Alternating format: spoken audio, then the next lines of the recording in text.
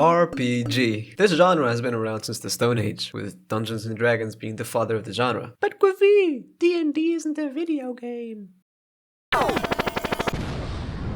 Any more questions? No. So, as I was saying before I was rudely interrupted, D&D is the first RPG, and it would be the very first stepping stone for the video game counterparts, since they were made to play D&D on computers. And since old hardware couldn't really handle action games yet, RPG was the sweet spot for game developers. I'm talking ancient shit like Plato and Dungeon. It wasn't until a few years later that recognizable titles dropped, games like Dragon Quest and Final Fantasy. Here's a little fun fact for you.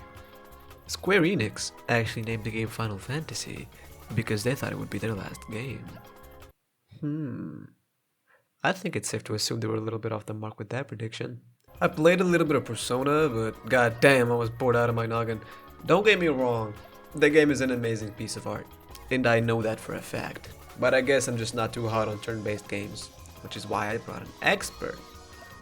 Well, I didn't bring her, she's not really here. We were just on a call.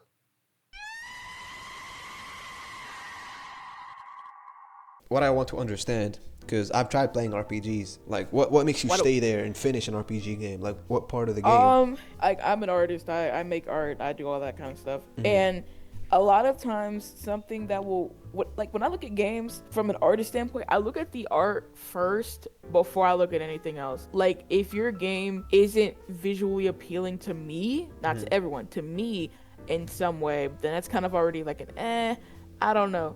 I'm not talking like you need like high quality ray tracing 100 bajillion frames per microsecond.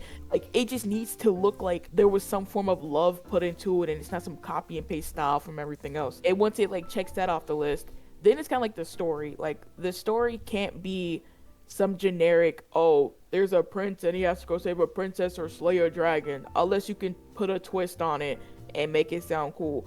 Metaphor really caught my attention with the whole, like, it's not always about combat. It's about, like, the people around you and this whole race to become the king. You know, that's another gameplay aspect of it, and I really like that. And those two, all those things combined, including music, because, I mean, I don't know, a banger soundtrack, a Metaphor soundtrack is absolutely beautiful. It's absolutely drop dead gorgeous. Put all those together, and I will invest my time into it, because then not only am I pouring love into somebody else's project and their art, but it also comes back and inspires me, and I pour some of that love into what I create. So a lot of times when I play an RPG or a JRPG and finish it or interact with it in some way, it's because it's inspired me and it's changed me. And honestly, me mentioning love, like Metaphor, I think, is Atlas's way of saying that they love us. Instead of writing a 20-page essay or a letter to their fans about how much they loved us and loved gaming, they just got a bunch of cool people together and made like a project of love and then gave it to us, because not only did a good chunk of the Persona team work on Metaphor, but for the capital, like Grand Trad, I think is what it's called. I don't know if this person worked on more than just that location, but somebody from Nier, I think it was Nier Automata, they came and worked on that. The Gauntlet Runner design was worked on somebody that had worked on the Ava series, Evangelion. That they had worked on that series. Somebody who worked on Persona's music also came and worked on Metaphor's music. And it wasn't just a single Atlas project. They got everybody in there to talk and work on Persona in some way, shape, or form. Not Persona, Metaphor in some way, shape, or form. You can say that about Persona too. Yeah. It's not just Atlas. They get so many people to come in and work on their games. And so I just love JRPGs. I love RPGs. They always have some type of story that's so interesting and just pulls me in. And it's like I'm in a whole different world for maybe even 1 hour, 2 hours, or 3. And that I'm always like, I still apply things from Metaphor to my life to this day, because it's just such a good and life-changing game. And everybody that compares it to Persona 5 or Persona 3 or 4, you can just low-key do a backflip. I can't really tell you a game to be like, oh hey, play this if you're a beginner in JRPGs, because all of them are so different. A lot of them have that same turn-based combat, but a lot of them are different. Like, I can't tell you, oh, if you're a beginner in JRPGs, go play Final Fantasy. Which Final Fantasy? Oh, play 7. Okay, they play 7. You tell them to go play 15. Those are two completely different games. Yeah. They don't function the same. I can't tell you go play Final Fantasy 16 and then go play Dragon Quest 9. They function differently. Dragon Quest 9 ain't even on modern consoles. It's on 3DS. 3DS is technically modern. It's stuck on 3DS. It's a really good game though. But it's like there's no beginner game really that you can just pick up and be like, oh, you're a beginner JRPGs, pick up, because they're all gonna be so different.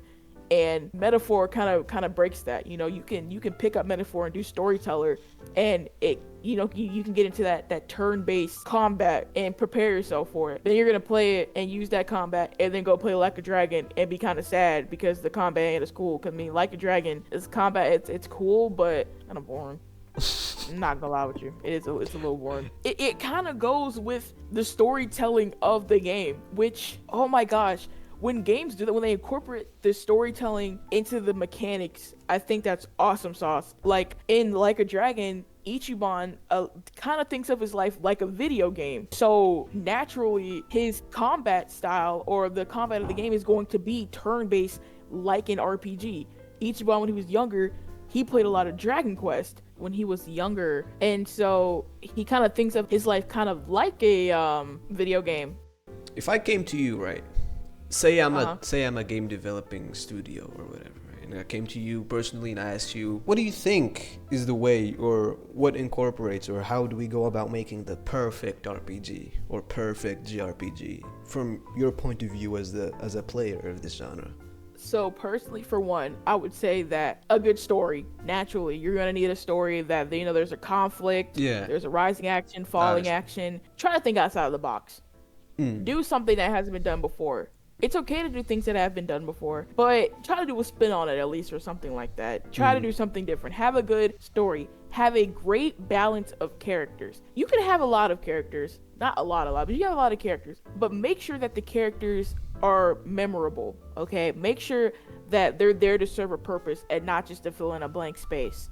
To not just meet a quota, okay? Because I'd rather have a game where there's like 5 characters in total, and there's just only 5 characters, than a game with 25 characters and I only remember 3 of them because the rest of them are boring.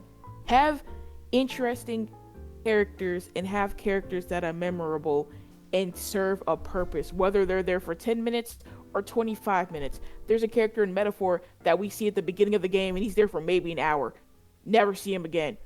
But I still remember him. I remembered him at the end when the credits rolled. Have memorable characters. Have good music. Music is very important when it comes to JRPGs because I can play a song from a Final Fantasy game. There's a song from Final Fantasy 15, Valsti Fantastica, and I could play that in a public space, and 9 times out of 10, they're gonna like turn their heads to listen to it, not because it's playing, but there's going to be at least a good bit of people who are like, oh, I've heard this song before. Or I can play the battle theme from Final Fantasy 7, and people be like, oh, I've heard that before. Your music from your game is going to travel outside and reach people who have never touched your game before.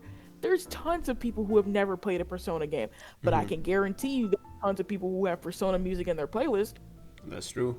Also have a good style for your game. I think that even in this modern day era, we should have 2D pixelated games.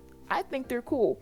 The 2D, 3D thing that Square Enix is doing, I don't really care for that. Where it's like 2D, but it's also 3D. I don't really care for that. I mean, it's cool and all, but I kind of just think it's either 2D, as in either pixelated, or you have like sprites and stuff, or it's 3D, and it's like fully rendered models and stuff like that. Or if you can find like a good mix of it, then you should do that. But the whole pixel 3D thing or whatever, it kind of just throws me off. Also, a lot of times people just do the whole pixel thing because they want to like cash in on like retro that feeling and nostalgia. Have cool and unique controls and a unique gameplay system and mechanics. You don't have to go out of your way to invent and patent a whole new thing, but do a spin on what we already have. Do a spin on turn-based. Do a spin on real time.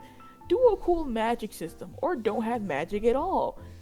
Have a cool weapon system. Do something like Breath of the Wild, where if you use a weapon too many times, it breaks. So it forces you to have to use other things instead of defaulting to the same weapon. And also remember that not all games need a sequel. That's true. Your fantasy game can do so well. It does not need a sequel. Maybe like a little DLC to tie it in or something like that. But not all games need a sequel. Yeah. Not all games need a remake either. Some games can just use a remaster. But to tie in that's really about all you need for a good game. And just put a lot of love in it, a lot of time. Don't rush. Remember, I love quality over quantity. So, what I've picked up on is RPG isn't really too bothered by gameplay. I just played the wrong kind for my tastes. Just like any other game genre, RPGs come in many different shapes and forms, and my dumbass playing Persona thought they were all the same. But I think personally I'd be geared more toward action RPGs like Nier or Kingdom Hearts, both of which I haven't played yet actually, and I'm really looking forward to doing so. Maybe on stream, who knows? I find RPGs to be one of the purest and most beautiful forms a game can come in. They invite you into these beautiful, living, breathing worlds full of beautiful and charming characters that feel like actual people you can reach in and talk to and interact with. These games have beautiful narratives that challenge your beliefs and your values and explore your character, as in who you are deep down. This genre doesn't revolve around achievement or winning and losing. See, these games comment on life as a whole, acting as a vehicle for their creators to breathe their own lives and experiences into you, the player, to learn from them. So whether you prefer a slower story-driven experience or a high-octane action-adventure, at the end of the day, you'll come out a different person, even if only by a little. And in my book, not only does that constitute the perfect RPG, but it makes for a pretty perfect game.